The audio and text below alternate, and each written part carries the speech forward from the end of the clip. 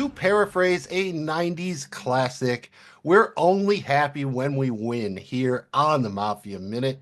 I am Magnum Mills here with Jamie G, and we are breaking down the Bills Divisional Round victory over the Baltimore Ravens. We're happy, and we know it. And we hope you are happy because you are checking out the Mafia Minute presented by CSGAP Fantasy Football. You can find our content wherever you get your podcasts and on YouTube. Find us on social media at CSGAPFF and on the web at mafiaminute.com. Nice and easy to remember, just like the flaps, FLAPS. Follow, like, and please subscribe. If you had fun, please make sure that you've hit the thumb. Jamie G, it's not on to Arrowhead yet. Just tell us how you're doing coming off of that monster victory. How did you feel when it was over? Was it a sense of relief, or did you get like 10 seconds and then it was already on to Kansas City? How you doing? I'm doing fantastic, man. It was an incredible Sunday night. Look, that was everything you want out of a playoff football game. I hope all the fans, I know you enjoyed it, but I hope everyone out there that's just a fan of football got a chance to watch that game because it was awesome, man. Back and forth, ups and downs. I felt I was like, man, that first half was so much fun. Second half, I started to really worry. And then, just making enough plays to get the job done. And that's what playoff football is all about. It was incredible. I was so happy. Tons of cheering. Got to watch this one with other people, and that was awesome to celebrate with other Bills heads and other Bills Mafia members. It was just a great experience. It's great to win a playoff game. It's awesome that the Bills were 10-0 at home. How about that, man? You're getting what you're paying for this year. 10-0 at home throughout the course of the year. That's awesome. And yeah, I'm celebrating it. I'm going to be enjoying it here before I start to worry about Kansas City, which I'm sure is coming any minute now. Coming down the track, baby. There is no avoiding it. Before we get into the review, let's see if we have any news coming down the track with the Bills on parade. Jamie G, looking at the news here, we don't have a whole lot that's not either directly related to the review of the game or the preview of Kansas City. We'll point out another Josh Allen stat. We love pointing those out.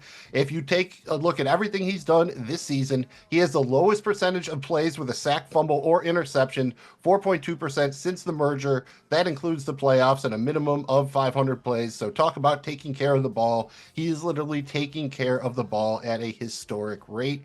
Keep that up. I think good things will happen. And unfortunately, Mark Andrews had a very rough fourth quarter. That worked out well for Bills fans. Not so much for Mark Andrews. Unfortunately, he's really been getting the bad part of it here. He's gotten death threats, all that kind of thing. But Bills Mafia are good people, so they stepped up. They found his charity. He's a type 1 diabetic, so he has a foundation that benefits juvenile diabetes. Bills fans have been going and putting donations in there in his name. It's raised over $12,500 now. Had a goal of $5,000. So just good to see Bills Mafia paying it forward here. Again, won the game. It's all good. Take care of the guy. Who knows? Maybe he ends up on the Bills someday. It's everything goes full circle. Probably not, but yeah, I got to give just a shout out to the fans for trying to do the right thing here. Always appreciated. That's why it's such a great fan base. Yeah, this is just so cool, man. And obviously Bills Mafia has been doing this. It's not anything new, but it's super awesome. They don't owe the guy anything. It was a tough game for him, but to go out of their way to show support, that's just incredible. So yeah, shout out to Bills Mafia. I think that's awesome. And you know what? Hopefully that helps somebody that's dealing with diabetes, and that's such a great thing, man. So love that. Good. Just another example of why this is just the greatest fan base, man. Right. It's being done with good intentions as opposed to being a troll job or something like that. And they've done it enough over the years. They've donated to the Bengals. You have Andy Dalton, Joe Tua. Over the years, they've definitely donated to multiple causes of the opponent. So it's a good tradition to have, Bills Mafia. It's how you offset diving through tables in the public eye. It's like, yeah, they get drunk and dive through tables, but they also donate to charity. Those are good full-on rapists. I mean, philanthropists. That's the word I was searching for there. Let's get into the game review. We are going to kick it off with the injury report, which is not lengthy, but not nearly as clean as we would like, because we would like there to be nothing on the injury report. Unfortunately, right at the very end of the game, cornerback Christian Benford got knocked out with a concussion, literally on the onside kick return. He is in the protocol, and his status for the championship game is unknown. Taylor Rapp has a hamstring injury. He went out in the first half, did not return. He was replaced by rookie Cole Bishop. Sean McDermott has called him day to day. Jamie G, two pretty crucial parts of your defense here. What's your level of optimism that we're going to see him out there on Sunday? I'm hopeful for both of them. We saw, I know everybody's different with the concussion. Some guys can miss weeks, some guys can miss days. We did see, Ray Davis take a huge shot, make it back in time. I think if there's any way possible, Christian Benford's coming back. I didn't see it happen. It makes sense that it happened at the end of the game on the onside kick. That just sucks that you get hurt that late in the game. That's just brutal. Let's hope he gets back because he's been outstanding all season. Taylor Rapp looked to be that's actually good news here, being day to day. That looked like that could be potentially season ending and maybe even delay part of next season. He was in significant pain, carted off the field there. Cole Bishop, stepped up. It'll be interesting to see what they do there. But I do want to say, Mills, whether Taylor Rapp can make it back or not, I hope he does. I think he's really good. But Cole Bishop, Damar Hamlin credited Cole Bishop's development to Micah Hyde, really coming back and kind of being a coach, not just for the whole defense, but specifically in the secondary there and with the safeties. And so pretty cool to see that. And I know he's kind of made some news when he was signed, and then it was kind of haven't heard anything since. Well, that's what he's been doing, man. He's really been a coach on the field for him. So that's pretty awesome. But yeah, I'm hopeful both these guys make it back, Mills. Just knowing how critical this game is, there's any way they can go, they're going. Yeah, unfortunately, Bedford won't be on him. He's in the concussion protocol, but you got lucky with Ray Davis last week, right? So maybe lightning will strike twice. That'll have to be the hope here. Let's get into the review of your final score prediction. You didn't nail it like you did last week, but Jamie G, you came pretty close. Your final score prediction was Baltimore 28, Buffalo 31, Bills winning by 3. The actual final score was Baltimore 25, Bills 27, Bills winning by 2. So not too shabby there. I commend you for it. That was a decent prediction. I don't know if you're quite ready to, get your own 800 number or 900 number or whatever Ms. Cleo had going in the day, but maybe you can get a crystal ball just to watch the game with or something. You can look in it. It'll look cool on social media. I'm happy with this one, and the most important thing was we got the winner right, and that's really at the end of the day all that mattered. It was pretty close, but we got the winner right, and that's what makes me very happy. Well, we got to put the score in there because if we just asked you who was going to win every week, we would know what the answer would be, so we wouldn't even need to ask. One thing we did ask you to do was give us your keys to victory for the game. Jamie G's keys. You know my keys. Now we need you to go ahead, break out that marker, get your professor on, go in there, give a grade to these keys. Did we accomplish them? Yes or no? Yeah, Jamie's G's keys. Key number one, do not fall behind by more than 10 points. Mills, we said how important this was, how critical this was, how this got to them last time they played. And you know what? We passed. We did not go down by more than 10. After going down 7-0, the Bills answered immediately with the touchdown of their own, never trailed again. And that's exactly what we needed to do. Key number two, don't be afraid to mix up coverages on defense. Mills, I am so happy to report this is also a pass. We played man coverage on damn near half the time, 46.7% of the defensive plays in the first half. That's the most since week 12 of 2022. Despite the Ravens scoring on their opening drive, the Bills kept Jackson off balance, held the Ravens to only 10 points in the first half. The Bills also deployed their 4-3 base defense more than usual here, far more than usual, as we know that the Bills usually prefer their nickel package. That included showing some five-man fronts, which was crucial in slowing down the Ravens' rushing attack with Derrick Henry and Justice Hill. Key number three, target the Ravens' weaknesses relentlessly. This is also a pass. We expected the Bills to try to exploit some of the Ravens' weak spots in their pass coverage. Instead, they found a different weakness to exploit. They attacked the interior of Baltimore's offensive line with Ed Oliver leading the way. His box score is a solid, it's solid for a defensive tackle. He had 3 tackles, 3 total tackles, 2 solo, 1 tackle for a loss. But it was much more than that. He was highly effective against the pass, finishing with 23% pass rush win rate, including 4 quarterback hurries. He also pushed the center so far. One time it resulted in a sack because Lamar tripped over him because his leg literally took out Lamar. Incredible stuff there. Bills also attacked the Ravens defensive front by utilizing their offensive line and deep stable of runners. We had 36 rushing attempts and only 22 pass attempts. Let me say that again. 36 rushing attempts, only 22 pass attempts. Guys, this was the number one rush rated defense in the NFL. We ran it 36 times and only threw it 22. This put the Bills in a position to control the clock, keep the offense in manageable third down situations, which we needed. It also helped them play turnover free football, which was a massive edge in a tight playoff game. Key number 4, raise the paywall, give nothing away for free.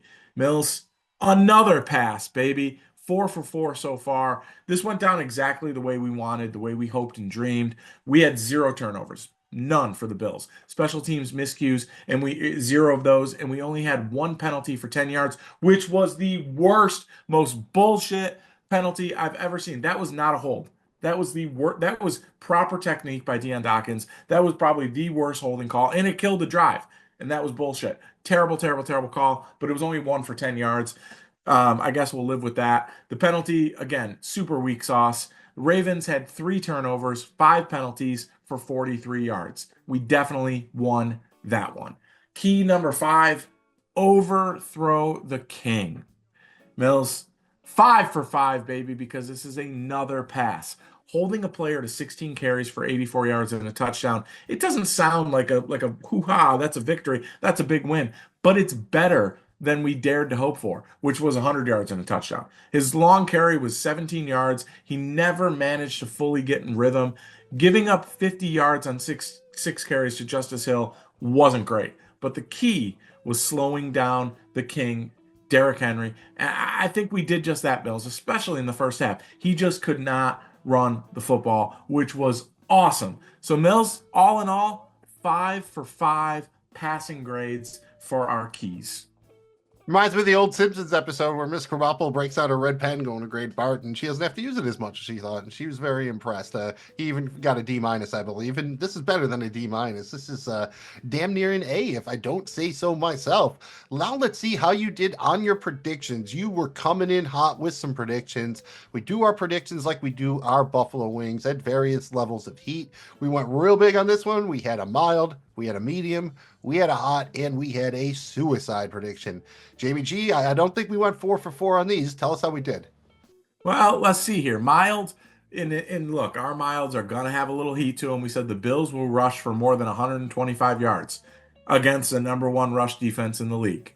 Grade, pass, baby. I am so happy that's a pass. We rushed for 147 yards. Before this game, the Ravens have allowed 1 team to rush for more than 125 yards, and that was the Eagles, who had 140. Sure, 147 rushing yards. It doesn't sound like it's that crazy. It's not like that much, but I just want you to think about and put in context how good the Ravens have been against the run this season, and it is that much more impressive. Maybe it was just, I don't know, maybe it was just a pool. It was awesome, dude. Medium is spicy, but that's how we like it. The Bills will hold the Ravens wide receivers to less than 75 receiving yards. Well, Mills, I hate to say it, we failed, but it wasn't without a strong effort. The Ravens wide receivers finished with 7 receptions for 113 yards. It's pretty good, but it's definitely more than 75. If you take out that 42-yard touchdown to Bateman, they only had 71 receiving yards from their wide receivers. We were literally 1 play away from hitting this, but the grade's the grade. We failed this one, Mills. Coming in hot here, we said Keon Coleman and Amari Cooper would combine for 150-plus receiving yards and at least 1 touchdown. Oh, man. I hate this, but this is a complete and utter failure. We brutally failed here. Not even close. They combined for 1 catch for 5 yards on 2 targets. Look, we did get the one, pass interference call for Coleman down the field there, so that was nice. But 1 catch for 5 yards and 2 targets is not very good. We only attempted 22 passes, though, and the non-Shakir wide receivers were targeted on just 6 of them. They weren't asked to do much outside of blocking in this one, so it's not really on Coleman or Cooper. But if we want to hoist the Lombardi Trophy, which we do more than anything else in the world, we're going to need one of them, or preferably both of them, to show up sooner than later.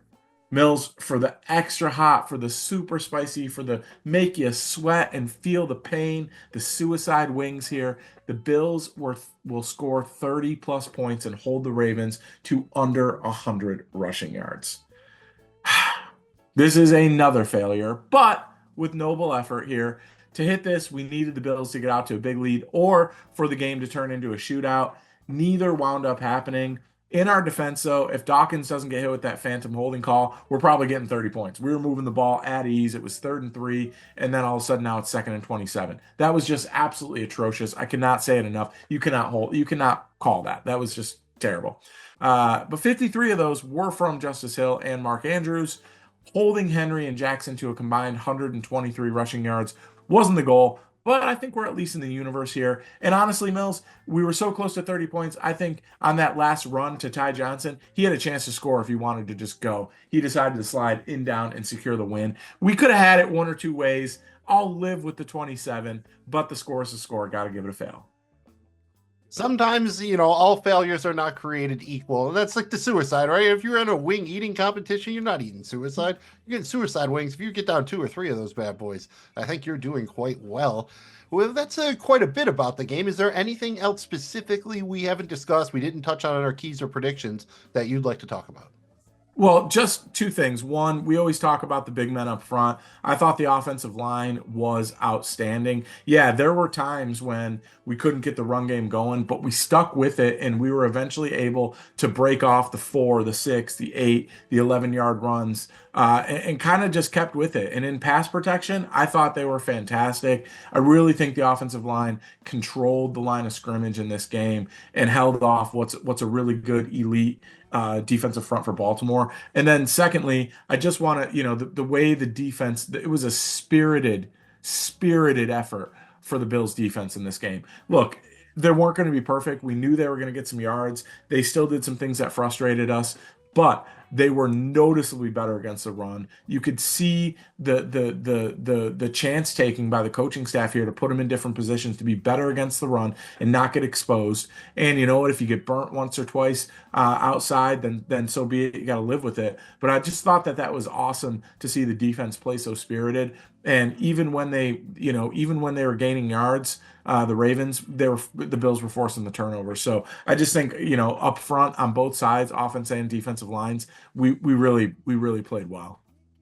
You really did, and that was what it was going to take to win that game. You couldn't make any mistakes. I mean, if you played out of your minds, then maybe you can make a mistake. But if you were just going to play good, you had to play clean. You had to play solid all around, and I think you all delivered on that. So that's not to say that there weren't some highlight moments in the game. In fact, there were probably some mafia moments. Jamie G, I'm going to need you to give us your favorite moment of the game. But because it's the second playoff victory, we're going to give you two here so you can have an honorable mention and then your official winner. So go ahead, your two mafia moments from the game, the honorable mention, and then the winner. Honorable mention is going to go to the incredible play Terrell Bernard made where he forced the fumble from Mark Andrews and recovered the fumble recovery. He was wide open. I'm gonna be like, oh my God, how is he wide open? Oh my God. Just an incredible moment. And honestly, I think one that changed the course of this game down the stretch here. This happened, I believe, in the fourth quarter. We really needed a stop. We got the turnover. It led to points. This was just such a huge moment in the game. But my winner, Mills, it's got to be the Damar Hamlin strip sack and then the Von Miller return. This I was jumping up and down, yelling and celebrating. This was awesome. And Von Miller was moving, dude, because Justice Hill is one of the fastest guys on the field. He was the only one that could track him down there. So this was an incredible moment in the game. Led to 7 points for the Bills offense. That made me so happy, man. So both of these on the defense side of the ball, but hey, turnovers in the playoffs, they're pretty great. No complaints about that, Jamie G. And again, it might be hard to pick one particular MVP from the game, the player of the game, the Mafia MVP. So we're going to go ahead, give you an honorable mention. So your two most valuable Bills from the game, honorable mention, and then your winner. Yeah, honorable mention. I've got to give it to my guy, my MVP, the best player in my opinion, Josh Allen. He was outstanding in this one, but he didn't do too much. And in years past, this type of game where you're frustrated on offense because you're not breaking off the big points and you got to the big plays and you got to, stay patient and you're not having these huge explosives. That's the game in the past where he would try to force and try to do too much. And sometimes it would work, but a lot of times it wouldn't. I'm so proud of him for the maturity here to not. And there was one play where he was running the football up the middle. It got stopped, and he was thought about it for a split second, throwing a lateral pass to Cook, and he didn't. And that was one of the better plays he made, even though it didn't result in anything other than maybe like a loss of one or a half-yard gain or something. But it was so smart, such a great play by him to control that will to compete. And I love that. Obviously, the two rushing touchdowns were incredible. Should have had a third, got tripped up there. But yeah, just a great game by Josh Allen. He didn't have to do too much. He stuck to the game plan and he made the big plays when we needed to. So shout out to him as honorable mention. The winner though, Mills, the winner, and it's with a bullet here. It's Sean McDermott and this coaching staff. The way they prepped throughout the week, the plan they had going in, the ability to get the team to execute, making the adjustments in game when Baltimore did, and Baltimore's excellent at in-game adjustments. I just the way they prepared, the way they were ready for them, and the answers that they had for the players, it was incredible. And in the moment, I thought Sean McDermott was fantastic in this game. He had a big decision on fourth down, decided to go with the field goal, ended up being the right call. He was really good in this one, Mills, and proud of his maturity too, and just the way he had this team ready to go. So got to give it up for Sean McDermott and the coaching staff. I think those are both very, very deserving options there. Shout out the coaching staff finally taking one home. Josh Allen and James Cook can't win it every week, right? And speaking of winning every week, we want to win our Bills bets every week, and it's time to see how we did in the divisional round. Jamie G, unfortunately, we were on the side of the Bills offense. I went a little bit aggressive. I went with the Amari Cooper anytime touchdown wager. That did not happen. He did not touch the ball, so do not pass go. Do not collect your 550 Bills bucks. Jamie G, you went with your standard, your good old reliable here. Josh Allen over 1.5 passing touchdowns, minus 120. Unfortunately, that did not get there either. So we both took the L on that. And then we had a tripod, a 3-leg single game parlay, and we didn't hit any of the legs because we had Amari Cooper over 21.5 receiving yards, Keon Coleman 3+ receptions, and James Cook anytime touchdown scorer.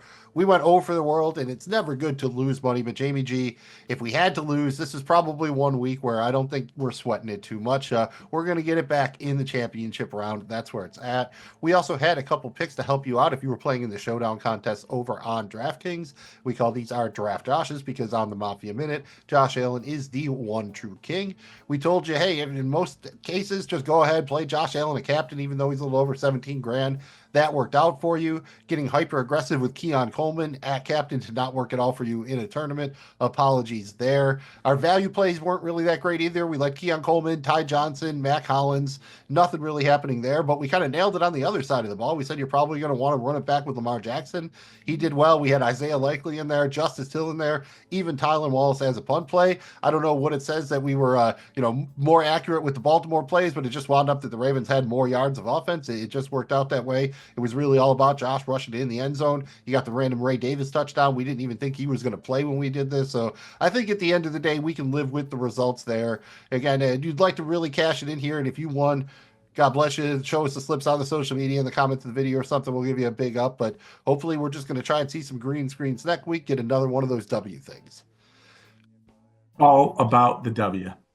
It is, and even the Wu-Tang's third album, The W, it's solid. It's a little bit underrated. I mean, Conditioner is not what I would call a good song, but the rest of the album is pretty fire. One more order of business before we get out of here. We need to give something to our Mafia Mannequin. If you've ever seen the movie Major League, this is a similar concept. Whereas in that movie, they start with a clothes mannequin and take off a piece of clothing for every win. We started off with a naked mannequin. Every time the Bills have won, we have given him a piece of clothing, a friend, a drink, something to eat, something like that. He has gotten an accessory. So he started out with nothing. If you look at him now, he's got some aviator shades. He's got a chain. He's got a chicken wing hat. He's got some actual chicken wings. He's got a pet ocelot named Babu. He's got some Josh Allen money socks. He's got a Fred Jackson jersey with a Zubaz cape. He's got a bowling ball to drink out of with some Buffalo Chase. He's got a grill growing so you can grill some stuff up. He's got some Labatt's in the Zubaz cans. And he even got Ryan Fitzmagic to show up, help him drink some of those cans of the Zubaz Labatt's beer there. So it's looking like a mighty good time in Tailgate Village. Jamie G, we're running out of chances to give him something here, man. What is the mannequin getting here for the divisional round victory? Yeah, we got a great one for you guys this week, man. He is getting the Iron Throne. Now, listen, if you take down the king by right, the throne is yours. Like Ned Stark always said, winter is coming. We need a strong leader like the mannequin on the throne if we're going to make it to spring. Also, just shout out to Mannequin because he's the one true king of the tailgate. I mean, this absolutely, like, he deserves this. And he's been standing for 20 weeks. 20 weeks. He probably could use a place to sit between games.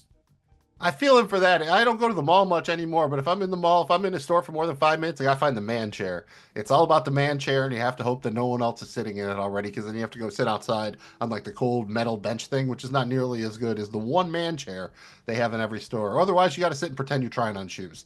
Any port in a storm, but I prefer the man chair.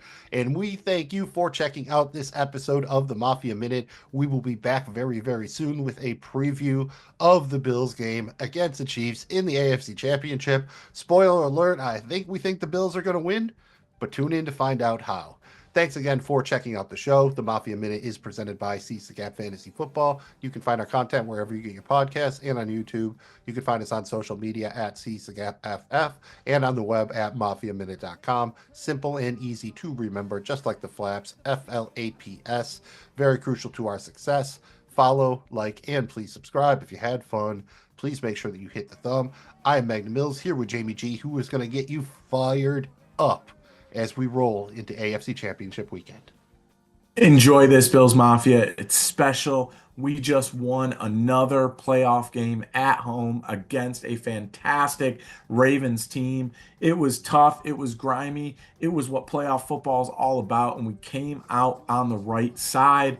And man, isn't that a great feeling for once? We deserve this. Enjoy it, because the stakes get that much bigger come Sunday night. We will be here to break it down for you. But in the meantime, walk with a little extra swagger, wear all your Bills gear and swag, and make sure you tell every Bills fan you see, go Bills. And just remember, where else would you rather be than right here, right now? Go Bills. We'll see you soon.